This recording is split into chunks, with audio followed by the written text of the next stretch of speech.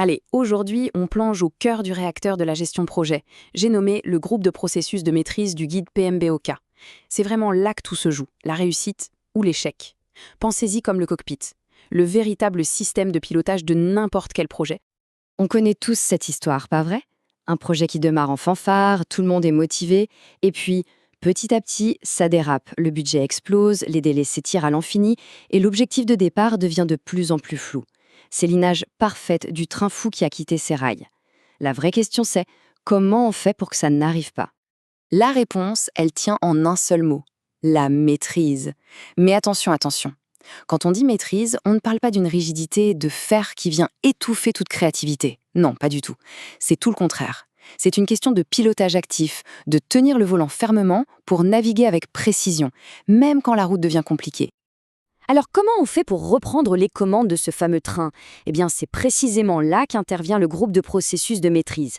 Il faut vraiment l'imaginer comme l'équipe de conduite, les ingénieurs à bord, qui ont une seule mission: surveiller chaque instrument, mesurer la performance et ajuster la trajectoire en temps réel. D'accord, regardons la définition officielle du PMBOKR. En gros, l'idée de fond, c'est une boucle de rétroaction continue. On compare sans arrêt ce qu'on fait vraiment avec ce qu'on avait prévu de faire.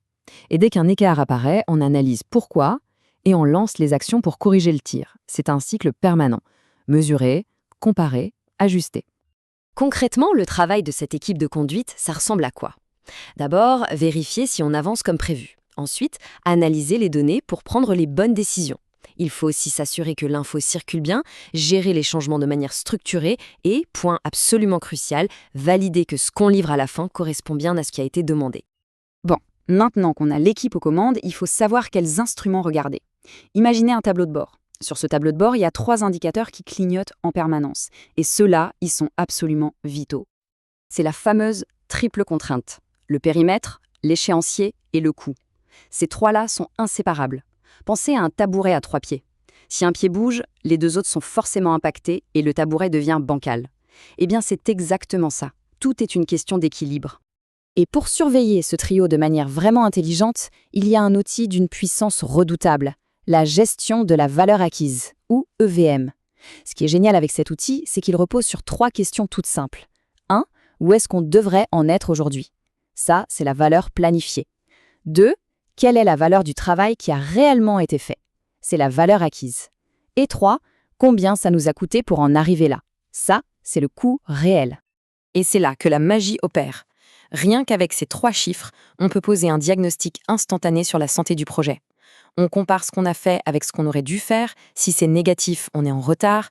On compare la valeur de ce qu'on a fait avec ce que ça a coûté. Si c'est négatif, on a dépassé le budget. En 2 calculs tout bêtes, on a une vision ultra claire de la situation. Mais attention, être à l'heure et respecter le budget, c'est une chose. Mais ça ne sert strictement à rien si la qualité n'est pas au rendez-vous. La destination est importante, oui, mais la qualité du voyage et du résultat final l'est tout autant. Il faut être sûr que le travail est bien fait. Et cette citation du PMBOK, elle change toute la perspective. L'idée, ce n'est pas d'attendre la fin du projet pour faire la chasse aux défauts. Non, la vraie efficacité, c'est de construire la qualité pendant le processus pour empêcher les erreurs d'arriver. C'est infiniment moins cher et surtout beaucoup plus intelligent. Du coup, le processus maîtriser la qualité a en fait une double casquette. La première, c'est d'inspecter les résultats pour vérifier que tout est conforme. La deuxième, et c'est la plus importante, c'est de jouer au détective. Remonter à la source des problèmes pour améliorer le système et s'assurer que les mêmes erreurs ne se reproduiront plus. Un bon pilote, il ne passe pas son temps le nez collé à son tableau de bord. Il regarde loin devant, il scrute l'horizon pour anticiper les obstacles, mais aussi pour repérer les opportunités, les raccourcis. C'est tout l'enjeu de la maîtrise des risques et de la communication. Ce qui est passionnant ici, c'est de comprendre que le mot « risque » n'est pas forcément négatif. Souvent, on pense « problème », mais en fait, c'est plus large. Gérer les risques, c'est bien sûr se préparer aux menaces pour les éviter ou réduire leur impact, mais c'est aussi être à l'affût des opportunités et mettre en place des stratégies pour être sûr de les saisir.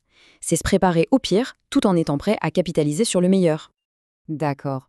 On a donc les infos sur la performance, les contrôles de qualité, l'analyse des risques. Ça fait un paquet de données qui remontent du terrain. La question, c'est où est-ce que tout ça converge? La réponse, dans la tour de contrôle du projet, le processus de maîtrise intégrée des changements. Et la raison d'être de cette tour de contrôle, elle est fondamentale. Un projet, c'est comme un château de cartes. On ne peut pas toucher une carte sans que ça ait un impact sur les autres. Si on touche au périmètre, ça va forcément affecter les coûts et les délais. Si on n'a pas cette vision centrale pour évaluer l'impact global de chaque changement, c'est le chaos assuré. Alors oui, vu de loin, ça peut faire penser à de la bureaucratie et à de la paperasse. Mais en réalité, c'est un garde-fou essentiel. Chaque demande de changement, même la plus petite, suit un chemin logique et clair. Elle est documentée, on analyse son impact partout, on prend une décision éclairée et on informe tout le monde. C'est ça qui empêche les décisions prises à la va-vite de faire dérailler le projet.